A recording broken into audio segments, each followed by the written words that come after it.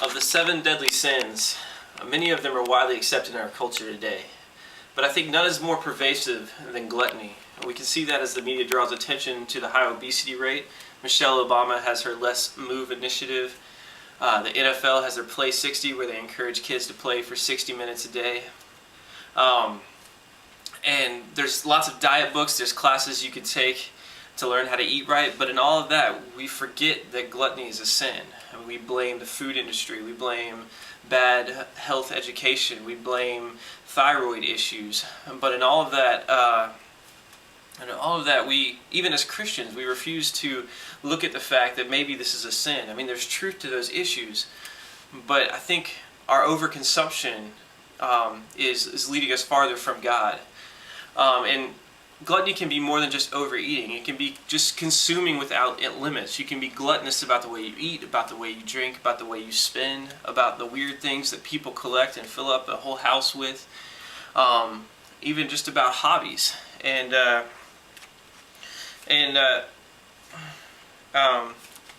been in so many situations where manhood is defined by overeating or by over-consuming. My wife goes to school with this guy who brought a whole roll of cookie dough for lunch, and that's all he ate for lunch. That's what he was bragging about.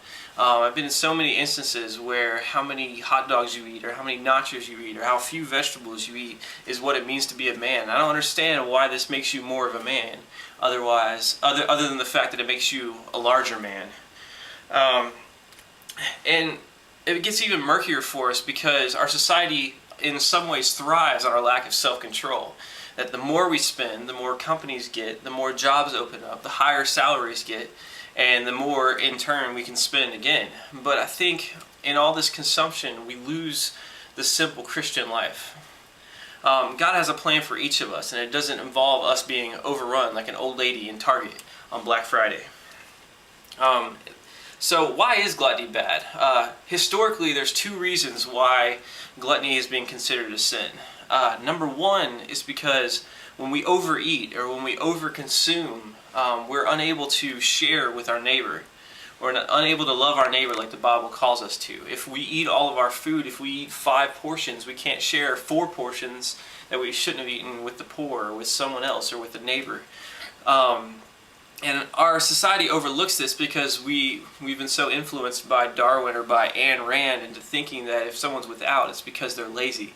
But when you really investigate the life of someone less fortunate, usually it's because they've had less opportunities to learn, they've had less resources, they've had less ability to make money like we have.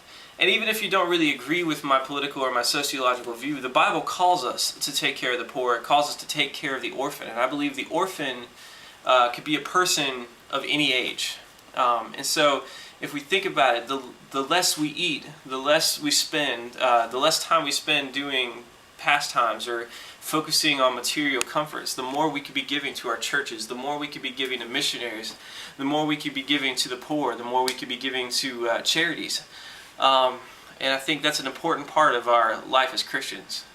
The second historical reason that gluttony has been considered a sin is because it's an overindulgence of sensuous desires. It's giving the body what the body wants, giving our flesh what the flesh wants.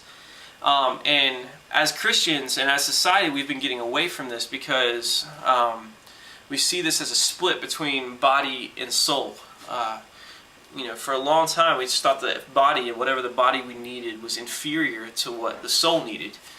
And what we've come to realize, what Christians have come to realize, is this is based more on pagan, more on Greek philosophy than it is on Scripture.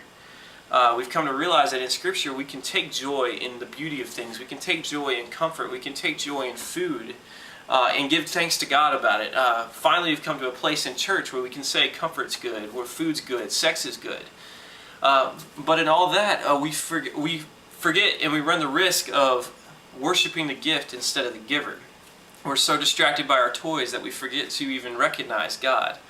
Now we can say that our ancestors went too far in their asceticism, but I think we've gone twice as far in the other direction, and that we're so distracted by the things we have, we don't even have time to ask God what He thinks about that, and ask God what we should do in that situation. And so we need to let God make everything grow strangely dim so that we can focus more on Him. Now, gluttony, I think, has several other unintended side effects that we need to take into account as well. First of all, I believe that it twists relationships. Society teaches us that we should go through lovers like we go through biggie-sized fries at Wendy's. We should always have the best. We should always look for more and more and consume more and more, even in sexual partners. And this destroys marriages and families, because if we need a new phone or we need the newest car, why not get a new wife? Why not look for the best looking husband? Why not get the one who has the most resources and the most applications? And this messes up our other relationships too. For instance, if you're working 20 hours a week, children are getting neglected because society tells us that we need to climb this corporate ladder. Why is middle management salary not enough when we could be spending more time with family? Another unintended side effect is that we lose perspective, like a future perspective. You know, when we overeat, it's fun for the moment, but then we're sick the next day. When we drink too much, we get hungover. If you buy 20 CDs, you can't enjoy that one CD. We just lose this future perspective because we think it'll be more fun right there in the moment. A third unintended side effect is how much waste it creates. I believe abortion is a waste that's created by our overindulgent sexual desires, which I guess would fit more into the category of lust. But I think it applies there too when we're talking about overconsumption. The pollution that's in the air comes from our overconsumption of fuel, the trash that's on the ground everywhere, just us buying new things instead of just having old stuff. And finally, another unintended side effect is that we're unable to appreciate the things we're trying to gorge ourselves on. When I go to a buffet, I try to pile on everything that I enjoy, all the different types of food, and what I finally realize is that I didn't really enjoy the flavor of any of those things. The same thing happens with the students that I work with. We go to a fast food restaurant, and they get what's called suicides, which is where they get a drink and they go to the soda fountain and they get every type of soda that they like. And so you'll have, cherry Coke, Coke, Fanta, tea, lemonade, non-carbonated, carbonated. Maybe they'll stick some water in there too, not likely. And the end result is they usually don't like it very much, even though it's a combination of all things they like. Like I said, if someone buys 20 CDs, they don't enjoy that individual album.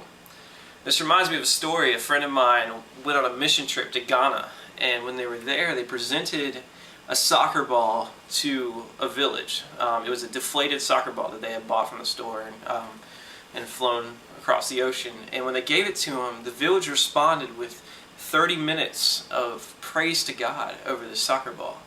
Now, and what you need to keep in mind is that it was going to be a month before anybody would show up with a pump to even pump at that ball. Now, we don't see that kind of reaction at Sports Authority or at Academy Sports or on a high school basketball team when they have 20 basketballs. When we overindulge in things, we can't enjoy them for what they are. Screwtape Letters is a novel written by C.S. Lewis that a powerful devil named Screwtape is giving advice to a younger devil named Wormwood, teaching him how to tempt humans.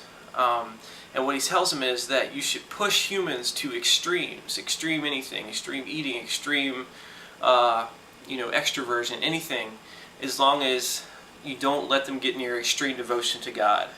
And God is the well that won't fill up. Won't run out.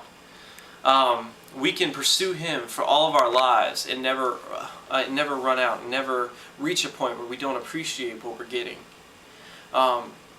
And so that's where we need to gorge ourselves. That's where we need to overindulge. We need to make sure that every action we take, every pastime we do, every comfort that we have, we're giving honor to God. And if that's our focus, we will be able to have the relationships we're supposed to have. We'll be able to love our neighbor as ourselves. We'll be able to keep from overindulging. We'll be able to appreciate the comforts that we have, and there'll be less waste in the world. And in the end, we might actually be physically healthier. if we'll focus on God and get away from gluttony.